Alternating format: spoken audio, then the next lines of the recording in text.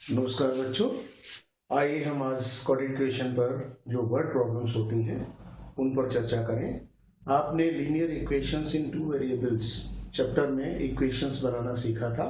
वहाँ भी स्टेटमेंट्स दिए होते थे और आपको दो इक्वेशंस बनाने होते थे और दोनों इक्वेशंस को फिर सॉल्व करते थे। आइए उनको एक बार रिवाइज कर लें और कोऑर्डिनेट इक्वेशन में हम कैसे प्रॉब्लम्स को सॉल्व करेंगे इक्वेशन बना करके, स्टेटमेंट को पढ़ करके। तो आइए पहले हम छोटी छोटी बेसिक्स बातों, जो छोटी बातें हैं, बेसिक्स हैं, उन पर चर्चा करें। बच्चों मान लीजिए ए और बी दो लोग हैं, इसके पास कुछ मनी है और इसके पास कुछ मनी है। अगर हम इसमें कुछ रिलेशंस एस्टैब्लिश कर दें, मान लीजिए ए के पास इससे 20 रुपीज ज्यादा है। अब देखिए ज्यादा किसके पास है? ए के पास 20 रुपीज ज्यादा है किससे? बी से। अगर हमारे पास बी को एक्स मान लें, रुपीज एक्स है, तो यहां पर इसमें 20 जोड़ देंगे। ये हमारे पास एक इक्वेशन बन गया, ये ज्यादा है। अब अगर हम इसको ऐसे ना करके ऐसे लिखें, मान लीजिए इसके पास y है और इसके पास x है। y is greater than x, बिल्कुल सिंपल है। तो अगर हम y की वैल्यू लिखना चाहें तो कितनी होगी? x plus 20। इसको जब हम लिखते हैं तो एक इक्वेशन के फॉर्म में आ गया। इक्वेशन मतलब हमने दोनों वैल्यूज को इक्वेट कर दिया, इक्वल बना दिया। इक्वल कैसे बनेगा? इसके पास y रुपीज है, इसके पास x रुपीज है। अब हमें दोनों को इक्वल करना है, तो इसके पास 20 ज्यादा है, इसके पास 20 कम है, इसमें 20 जोड़ दें, इसके बराबर हो जाएगा। वही हमने किया। तो एक हमारा ये इक्वेशन बनकर तैयार हो गया। ये इक्वेशन बनाने का बेटा बहुत ही बेसिक कंसेप्ट है। कोई चीज ज्यादा है, कोई चीज कम है। इसमें ज्यादा के लिए हम कुछ भी वर्ड्स यूज कर सकते हैं। जैसे हम कह सकते हैं कि डबल है, ट्वाइस है, 3 टाइम्स है, 3 टाइम्स में 3 टाइम्स से और 10 और ज्यादा है। तो इस तरह की प्रॉब्लम्स को भी हम समझेंगे। मान लीजिए हम इस एग्जांपल को फिर ले लें। हमारे पास मान लीजिए रुपीज वाला ही ले लें, इसके पास y रुपीज है, इसके पास x रुपीज। अगर हम ये कहें कि a के पास x के ट्वाइस है, तो ट्वाइस है, तो इसको ट्वाइस कर लें और फिर इक्वल कर दें। तो इसका ट्वाइस क्या होगा बेटा? 2x, और तब किसके इक्वल हो जाएगा? y के। तो बच्चे क्या मिस्टेक यहां पर कर देते हैं, वो इसमें ही 2 का इंटू कर देते हैं। भाई इक्वल करने के लिए जो कम है उसको बढ़ाएंगे तब ना इक्वल होगा।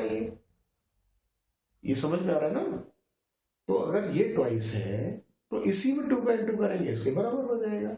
अब मान लीजिए मैं ये कहूं y के पास इसके थ्राइस से 10 रुपीज ज्यादा है, तो इसका थ्राइस करेंगे। थ्राइस कितना होगा? 3 टाइम्स ऑफ x प्लस 10 ज्यादा है, ये y की वैल्यू हो जाएगी। ये हमारा इक्वेशन बन गया। इक्वेशन बनाने के लिए ये आपको बेसिक पॉइंट्स याद रखने हैं। अब ये तो मैंने मान लीजिए मनी के बारे में कहा। खासकर बच्चों से दिक्कत, बच्चों को जो प्रॉब्लम आती है वो आती है एज प्रॉब्लम्स। एज प्रॉब्लम्स में क्या प्रॉब्लम आती है वो जरा डिस्कस करते हैं। एज प्रॉब्लम्स में बच्चे भूल जाते हैं कि कुछ साल पहले एज का रिलेशन और कुछ साल बाद एज का रिलेशन। मान लीजिए 2 पर्सन्स हैं, अगर हम एग्जाम्पल ले लेते हैं। फादर सन हो सकते हैं, फादर डॉटर हो सकते हैं, कोई भी 2 पर्सन्स हो सकते हैं। मान लीजिए ए की एज इस समय, let us say the present age of X is x years and present age of b is y years। ये हमने सपोज किया हुआ है। अब अगर हम पहले की बात करें 3 years ago, तो ये अभी अगर x है तो 3 years ago कितना होगा? इसमें से 3 माइनस करेंगे। सिमिलरली यहां भी हम माइनस नहीं करेंगे, ये बच्चे भूल जाते हैं। दोनों लोग 3 साल पहले 3 साल कम उम्र के थे, ये थोड़ा सा ध्यान रखना है। 3 years ago। अब अगर मैं बात करूं 5 years आफ्टर क्या होगा? 5 years आफ्टर क्या होगा? तो 5 years आफ्टर के लिए क्या करेंगे? जो आज की एज है इसमें 5 जोड़ेंगे, ना कि इसमें जो 3 years ago थी। और जो आज की y है यहां पर भी हम 5 ईयर्स जोड़ देंगे। तो ये एज जो x प्लस 5 है वो a की 5 ईयर्स के बाद की एज है और y प्लस 5 b की 5 ईयर्स के बाद एज है। अब जहां रिलेशन दिया हो, आज का दिया हो, प्रेजेंट एज का दिया हो, तो प्रेजेंट एज में इक्वेशन बनाएंगे जैसे हमने a और b के रुपीज का बनाया था। अगर 3 ईयर्स एगो का कोई रिलेशन दिया हुआ है तो हम उसमें इक्वेशन बना देंगे। 5 ईयर्स के बाद का दिया हुआ है तो हम उसको बना देंगे। ये एज में थोड़ा सा बच्चों को ध्यान रखना होता है कि अगर 5 ईयर्स एगो तो -5 करेंगे, 3 ईयर्स एगो तो -3 करेंगे। एगो जब भी आएगा यानी कि पीछे की एज की बात हो रही है। आज की मान लीजिए किसी की एज 10 साल है तो 5 ईयर्स एगो कितनी एज होगी आप आराम से बता सकते हैं। आपको पता है कि उस समय एज उसकी 5 साल कम होगी तो 5 साल होगी। मान लीजिए किसी की एज आज 45 ईयर्स है तो 15 साल बाद कितनी होगी, 15 जोड़ देंगे 45 में तो 60 ईयर्स की होगी। ये जो रिलेशन है ये आपको एज में थोड़ा सा समझना होगा, जिससे कि पहले की एज और आज से 5 साल बाद या 7 साल बाद जो भी उनकी एज का पहले हम लिख लेंगे। फिर इक्वेशन बनाते समय जो रिलेशन है हमने रुपीज में क्या लिया था, ए का वाई रुपीज मान लिया था, बी का एक्स रुपीज मान लिया, फिर रिलेशन। तो ऐसे ही यहाँ एज अगर एक्स है तो ये पहले की एज है, ये बात की एज है। अब इनमें जो भी रिलेशन हो, मैं ये कहूँ ए की एज 3 साल पहले बी की एज से डबल थी, तो डबल कौन थी ये, तो 2 का मल्टीप्लाई बेटा किसमें करेंगे, ब्रैकेट लगा करेंगे, इक्वेशन बन गया। ठीक है। और अगर मैं कहूं कि 5 साल बाद जो ए की एज है वो इसकी हाफ होगी तो हाफ का इंटू कर देंगे। इक्वेशन बनाने के लिए ये ध्यान रखना कि मल्टीप्लाई कहां करना है, ऐड कहां करना है, सब्ट्रैक्ट कहां करना है, डिवाइड कहां करना है, ये आपको समझना है। एज वाली प्रॉब्लम्स में इस बात का ध्यान रखेंगे तो एज वाली प्रॉब्लम्स कभी भी आपकी गलत नहीं होगी। एक एज की प्रॉब्लम हम ले लेते हैं, आपकी टेक्स्ट बुक की है और ये जो प्रॉब्लम है वो बहुत ही आसानी से आप सॉल्व कर सकते हैं। इसमें देखिए आपने क्या देखा है, क्वेश्चन है कि रहमान कोई एक बंदा है, उसका नाम रहमान है बंदे का, और मान लेते हैं कि वो उसकी एज जो है, उन्होंने क्वेश्चन ये बनाया है कि रहमान की एज का सम ऑफ रेसिप्रोकल्स, क्वेश्चन में दिया हुआ है सम ऑफ रेसिप्रोकल्स। 2 एज है उसकी, एक है 3 ईयर्स एगो और एक है 5 ईयर्स लेटर। यहां एगो है और ये लेटर है, 5 ईयर्स लेटर। अगर रहमान की प्रेजेंट एज लेट कर लेते हैं, प्रेजेंट एज ऑफ रहमान मान लेते हैं, उसकी प्रेजेंट एज क्या है, x ईयर्स है, present age of Rahman is x years. तो 3 ईयर्स पहले क्या होगी, x माइनस 3, 5 ईयर्स बाद क्या होगी, x प्लस 5।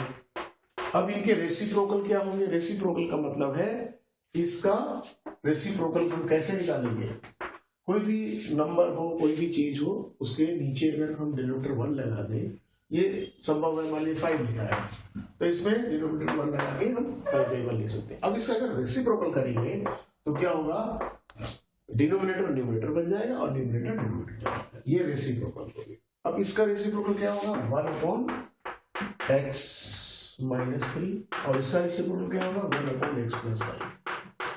ये प्लस क्यों किया, क्योंकि सम दिया हुआ, ये सम जो है वो 1/3 मिलता है। ये आपका इक्वेशन बन गया। बहुत ध्यान देने की बात है, इक्वेशन को हम बनाने के लिए क्या करें, इसको हमने ऐड क्यों किया, यहां लिख सकते हैं according to given condition. Condition दी है प्लस करना है इसलिए हमने प्लस किया है, नहीं तो हम प्लस नहीं करते, जो कंडीशन दी होगी वही करेंगे। जैसे वहां था कि भाई डबल हो जाएगा, 3 टाइम्स है या 3 टाइम्स से भी कहीं ज्यादा है, तो जो भी कंडीशन होगी उसके अकॉर्डिंग हम प्लस माइनस इनटू डिवीजन जो भी करना है वो करेंगे। तो इन्होंने कहा रेसिप्रोकल, सम ऑफ रेसिप्रोकल्स, तो इसका रेसिप्रोकल ये आया, इसका रेसिप्रोकल ये आया, इनका सम 1/3 है। ये आपका क्वाड्रेटिक इक्वेशन है, दिस इज क्वाड्रेटिक इक्वेशन। इसे आप सॉल्व करेंगे। कैसे सॉल्व करेंगे, पहला काम क्या है, क्योंकि रेसिप्रोकल है, फ्रैक्शंस में है, तो फ्रैक्शंस को सॉल्व करने के लिए हमें एलसीएम लेना होगा। अब देखिए 1/x minus 3 plus 1/x plus 5, इसका एलसीएम कितना आएगा, x माइनस 3 आएगा और x प्लस 5 का इंटू। एलसीएम के बाद सॉल्व करना आपको आता है, इस पूरे एलसीएम को इससे डिवाइड करेंगे तो हमारे पास आएगा x प्लस 5, x प्लस 5 से इसको डिवाइड करेंगे तो आएगा x माइनस 3 और इसकी वैल्यू हमारे पास दे रखी है 1/3 है। अब देखिए ऊपर क्या है, x और x मिलके क्या हो जाएगा 2x plus 2 plus 5 minus 3 plus 2 और इसका अगर हम इंटू करेंगे तो क्या आएगा x प्लस 5 फिर माइनस 3 का करेंगे x प्लस 5 और ये इक्वल टू हमारे पास 1/3 है। ये ब्रैकेट खोलना तो बेटा आपको आता ही है, ब्रैकेट आप खोल लेंगे और ब्रैकेट खोलने के बाद आपको सिंपल मिल जाएगा। तो 2x प्लस 2 अपॉन ये इंटू करेंगे तो x square plus 5x minus 3x minus 15 is equal to 1/3। ये देखिए आप, तो न्यूमरेटर हमारा क्या आएगा 2x प्लस 2 और इसको जब हम सॉल्व करेंगे तो प्लस 2x आएगा, x square plus 2x minus 15। अब अगर हम बेटा यहाँ पर थोड़ा सा एक पॉइंट रिवाइज कर लें, ये आपका क्वाड्रेटिक इक्वेशन है और क्वाड्रेटिक इक्वेशन को अगर हम इसको फैक्टराइज करें तो ये फैक्टर्स आएंगे ये वाले, ठीक है। फैक्टराइज करना आपने सीखा है, इसको आप ट्राई कर सकते हैं प्रैक्टिस के लिए। इसको फैक्टराइज करेंगे 15 के फैक्टर्स आएंगे 5 और 3, माइनस करने से 2 आना चाहिए तो प्लस 5 लिखेंगे यहाँ जो लिखा है और माइनस 3 लिखेंगे, ये स्टेज आएगी। इसके बाद हम कॉमन लेंगे, ये कॉमन लिया हुआ, इसके बाद हमारे दो फैक्टर्स बन जाएंगे लीनियर फैक्टर्स। तो ये चीज बेटा आपको बार बार रिवाइज करनी है ताकि ये चीज बहुत अच्छी तरह से आपको समझ में आ जाए। अब यहाँ पर आप क्या कर सकते हैं, देखिए ये भी फ्रैक्शन में है, ये भी फ्रैक्शन में है। जब फ्रैक्शंस में कोई इक्वेशन होता है तो हम क्रॉस मल्टीप्लाई करते हैं, तो by cross multiplication, by cross multiplication. Cross का मतलब क्या है बेटा, लेफ्ट हैंड का न्यूमरेटर राइट हैंड के डिनोमिनेटर से मल्टीप्लाई होगा, लेफ्ट हैंड का डिनोमिनेटर राइट हैंड के न्यूमरेटर से मल्टीप्लाई होगा, यानी कि 2x प्लस 2 के साथ 3 का मल्टीप्लीकेशन और x square plus 2x minus 15 के साथ 1 का मल्टीप्लीकेशन। चाहे आप पहले ये करें चाहे पहले ये करें, उससे कोई फर्क नहीं पड़ेगा, लेकिन ये नहीं कि इसका x के साथ इंटू कर दें, वो गलत हो जाएगा। क्रॉस का मतलब है एक का न्यूमरेटर दूसरे के डिनोमिनेटर के साथ। तो अगर हम 3 का इसके साथ करेंगे तो ऐसे भी लिख सकते हैं 2x plus 2 is equal to, और 1 का तो यही आएगा x square plus 2x minus 15 आएगा। अब कई बच्चे कंफ्यूज करते हैं, पहले इसको ब्रैकेट खोल लेते हैं, 6x plus 6 is equal to x square plus 2x minus 15।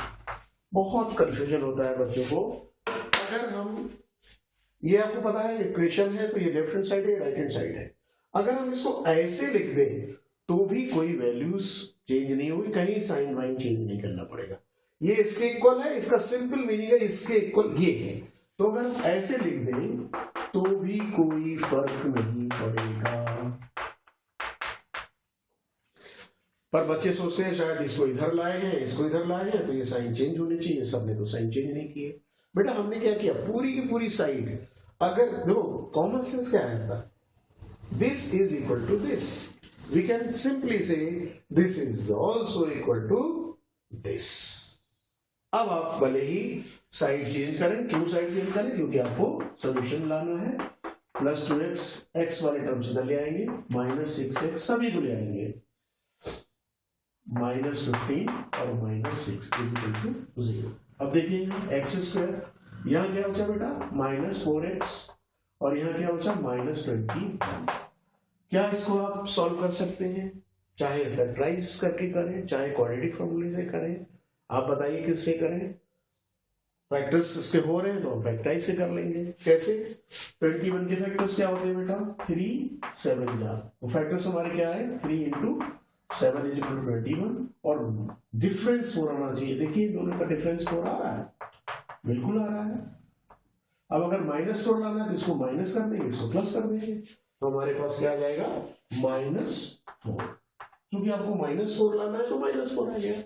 अब इनके आगे x लगा देंगे, स्प्लिट हो जाएगा, मिडिल टर्म को स्प्लिट कर दिया, -7x plus 3x minus 21 is equal to 0। अब देखिए इन दोनों का अगर हम देखेंगे तो हमें कितनी वैल्यू मिल रही है, -4x। इसका मतलब हमारा मिडिल टर्म का स्प्लिट बिल्कुल सही है।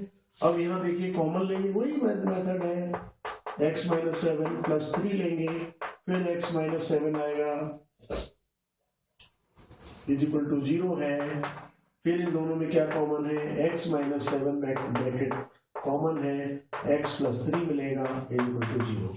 एक चेक पॉइंट हमारा था जब भी हम फैक्टराइज मेथड से सॉल्व करते हैं क्वाड्रेटिक इक्वेशन को, तो ये वाले जो स्टेप आती है इसमें हमें चेक पॉइंट देखना है कि ब्रैकेट्स जो है वो आइडेंटिकल होना चाहिए, एकदम सेम होने चाहिए, जिस जो नंबर है वेरिएबल है वो सेम होना चाहिए।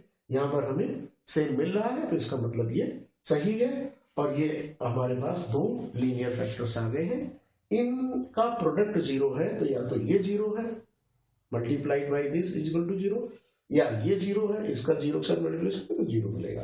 तो दोनों को बारी बारी से हम =0 लिखेंगे। x - 7 = 0, तो x की वैल्यू क्या आ गई बेटा 7। x + 3 = 0, तो x की वैल्यू क्या आ गई -3। अब देखिए आप जरा ध्यान से, x हमने क्या माना था, रहमान की प्रेजेंट एज। तो प्रेजेंट एज या एज नेगेटिव तो नहीं हो सकती, तो ये वाला हम लिखेंगे rejected, this root is not accepted, this is rejected, ये रूट सही है। तो प्रेजेंट एज ऑफ रहमान क्या है 7 इयर्स है। तो हम क्या लिखेंगे बेटा, आंसर के रूप में लिखेंगे therefore the present age of Rahman is 7 years। ये आपको आंसर लिखना पड़ेगा, ये आपका आंसर है, ये पूरा करेक्ट सॉल्यूशन है। तो आपने एक एग्जाम्पल देखा अभी, बल्कि ये आपके टेक्स्ट बुक का क्वेश्चन है। इस क्वेश्चन को हमने कैसे सॉल्व किया, हमने इसके पहले सबसे पहले हमने स्टेटमेंट को ठीक से पढ़ा। स्टेटमेंट को ठीक से पढ़ने के बाद हमने इक्वेशंस की बातें सोची, इक्वेशन हमें मिला, पहले हमने सपोज कर लिया x प्रेजेंट एज मान ली, तो 3 ईयर्स से वो x - 3 हो गई, फिर 5 ईयर्स लेटर x + 5 होगी। अब दोनों के रेसिप्रोकल्स का सम है, ये कंडीशन है, हमने दोनों के रेसिप्रोकल्स निकाल लिए और उनका सम 1/3 इक्वल कर दिया, और ये हमारा पूरा सोल्यूशन हो गया और हमें x की वैल्यू मिल गई, और जो x की वैल्यू है वही रहमान की प्रेजेंट एज है। तो बच्चों हम आगे भी इस तरह के क्वेश्चंस को डिस्कस करेंगे, और क्वेश्चंस जो भी आपके टेक्स्ट बुक के हैं हम एक एक क्वेश्चन इस तरह से सॉल्व करेंगे, इक्वेशंस बनाएंगे, और इक्वेशन बनाने के लिए आपको हिंट्स देंगे कैसे आप इक्वेशन बनाएंगे, और इक्वेशन बनने के बाद फिर क्वाड्रेटिक इक्वेशन को आप स्वयं सॉल्व करेंगे। तो यहाँ पर हम वीडियो में क्या करेंगे, क्वाड्रेटिक इक्वेशन बनाएंगे और आपको होमवर्क में उसको खुद सॉल्व करके देखना है। जब सॉल्व आप कर लेंगे आपको बहुत खुशी होगी, और कहीं पर अगर मेरी हेल्प की जरूरत पड़ेगी तो मैं हेल्प के लिए आपको फिर कनेक्ट करूंगा, आपको या तो मेल से हम हेल्प कर देंगे और आपका सॉल्यूशन मिल जाएगा, और ये चैप्टर हमारा कंप्लीट हो जाएगा जब हम सारी वर्ड प्रॉब्लम्स टेक्स्ट बुक की कर लेंगे। आज इतना ही बेटा, थैंक यू।